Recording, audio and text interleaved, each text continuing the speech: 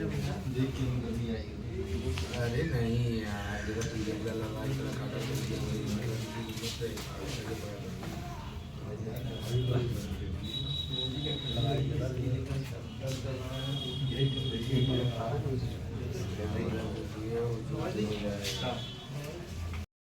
एक अलग सामाजिक सहभागिता, सहयोग, समन्वय, परस्पर प्रेम था।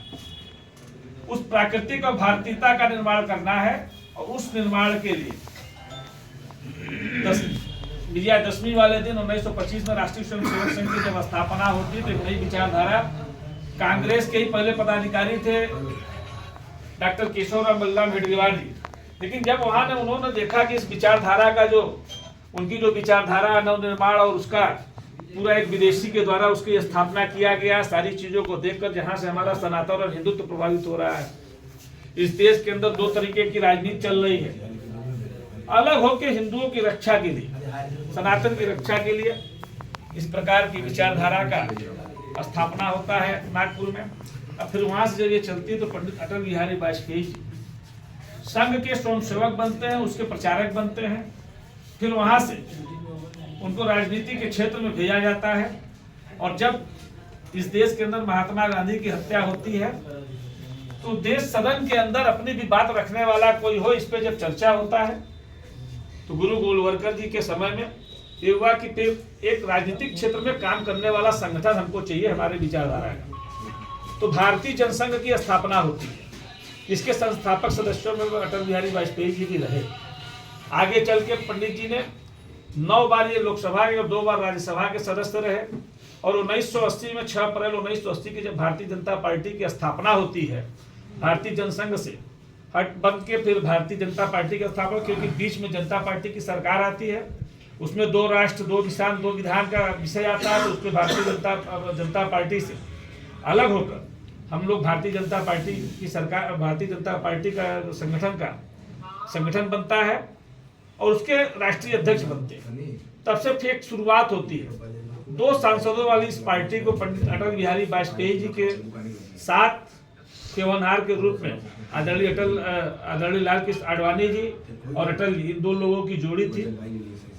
तमाम संघर्षों के बाद, तमाम लड़ाइयों के बाद, हजारों बलिदानों के बाद 1996 में पहली बार भारतीय जनता पार्टी की सरकार बनी। हम लोग भी विद्यार्थी परिषद के कार्यकर्ता हुआ करते थे और सारा उस समय का ध्यान है किस प्रकार से चाहे राम मंदिर के आंदोलन में समाज के अंदर एक भय का वातावरण बना था। उसके बाद कई प्रकार के विषय आए जब समाज के अंदर एक अलग वातावरण था। उन सारे संघर्षों को पार करते हुए अटल बिहारी वाजपेयी जी के नेतृत्व में ये देश आगे बढ़ा। पंडित जी के नेतृत्व में इस देश ने कई मुकाम हासिल किए, कई बुलंदियां हासिल किए। परमाणु बम विस्फोट पोखरण में 1974 के बाद पहली बार अटल जी के समय में हुआ। अमेरिका ने प्रतिबंध लगाया, दुनिया के कई देशों ने प्रतिबंध लगाया, किसी के आगे झुके नहीं। चतुर्भुज सड़क योजना जो आप और आई वाला ये सड़क देख रहे हैं, हम लोग भी जाते थे, व्यवसायिक आदमी थे, बनारस जाते थे, मोटरसाइकिल से बड़ा डर लगता था, छोटा ऐसे सकड़ा सड़क था। बाद में 4 लेन बना, 6 लेन बना, आज आप लोग सब देख रहे हैं कहीं के 8 लेन भी वहां पे हो गया। ऐसे बहुत सारी योजनाएं पंडित जी के समय में शुरू हुई और सबसे बड़ी बात, ये राजनीति के अजात शत्रु के रूप में जाने जाते थे। भले कांग्रेस की भी सरकार होती तो उसमें भी उनका वही सम्मान बरकरार था। जैसे कि टिटू जी ने बताया, संयुक्त राष्ट्र संघ में पहली बार विदेश मंत्री के नाते इन्होंने हिंदी में भाषण दिया था, हिंदी में अपना विषय रखा था। हिंदी, हिंदू, हिंदुस्तान इनके दिल में था और कई ऐसी कविताएं, कवि हृदय भी थे। पंडित जी ने अपने कविता के माध्यम से इस राष्ट्र को जगाने का भी काम किया। मैं हार नहीं मानूंगा, राण नहीं सहारूंगा, काल के कपाल पे लिखता हूँ मिटाता हूँ, मैं गीत नया गाता हूँ, मैं गीत नया गाता हूँ। पंडित जी के जीवन आदर्शों के यदि आप पढ़ेंगे तो राजनीति में सुचिता के साथ काम करते हुए समाज जीवन में अपने आप को स्थापित करना और किस प्रकार से आगे बढ़ना, ये बहुत सारी चीजें हम सबको सीखने को मिलेगी। तो हम सब यहाँ पे माननीय सभासदगण भी हैं, भाजपा के हमारे बूथ की कार्यकर्ता भी हैं, जनार्दन चाचा बैठे हैं, आप सभी उपस्थित भारतीय जनता पार्टी के सभी माननीय सभासदगण, हमारे इस बूथ के सम्मानित बूथ अध्यक्ष देवी सेठ जी, सेक्टर संयोजक संजय जोशी जी,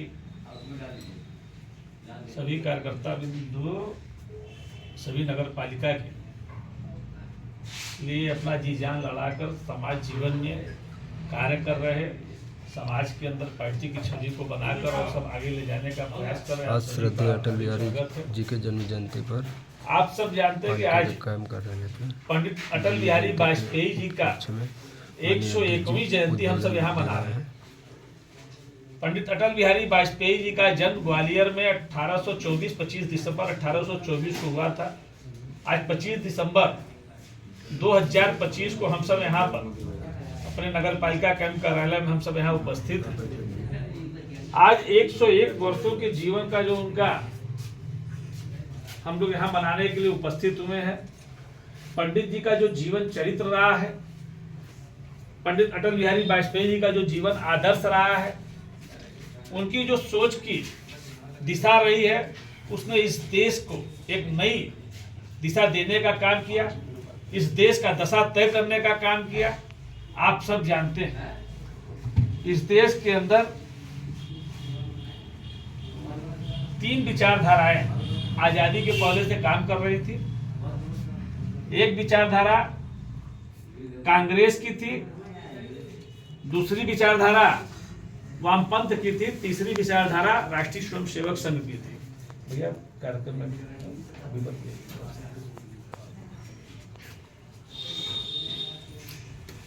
तीसरी विचारधारा राष्ट्रीय स्वयंसेवक संघ की थी। कांग्रेस की विचारधारा का संस्थापक कौन था? एक विदेशी एओ हुम था। 1885 में कांग्रेस की स्थापना एओ हुम ने किया था। जो हमारी विचारधारा थी, राष्ट्रीय स्वयंसेवक संघ की विचारधारा, मूल अंतर यहीं से शुरू होता है, यहीं से सारी शुरुआत। कांग्रेस कहती थी कि हिंदू कारवा आता गया, हिंदुस्तान बसता गया, और हमारी जो विचारधारा थी कि हम सब यहाँ के मूल निवासी, आ रहे यहाँ के मूल निवासी, हमको इस देश को का पुनर्निर्माण करना है। और कांग्रेस कहती थी हमको नवनिर्माण करना है। नवनिर्माण और पुनर्निर्माण के बीच की जो ये विचारधारा की लड़ाई है, और उस लड़ाई में नवनिर्माण धीरे धीरे नेस्तनाबूत हो रहा है, पुनर्निर्माण यशस्वी हो रहा है, क्योंकि हमको उस भारत का निर्माण करना है जो भारत विश्व गुरु होता था, जो भारत सोने की चिड़िया था। उस भारत का निर्माण करना जहां हमारे गांव भी समृद्धशाली थे, ऐसे भारत का निर्माण करना है जहां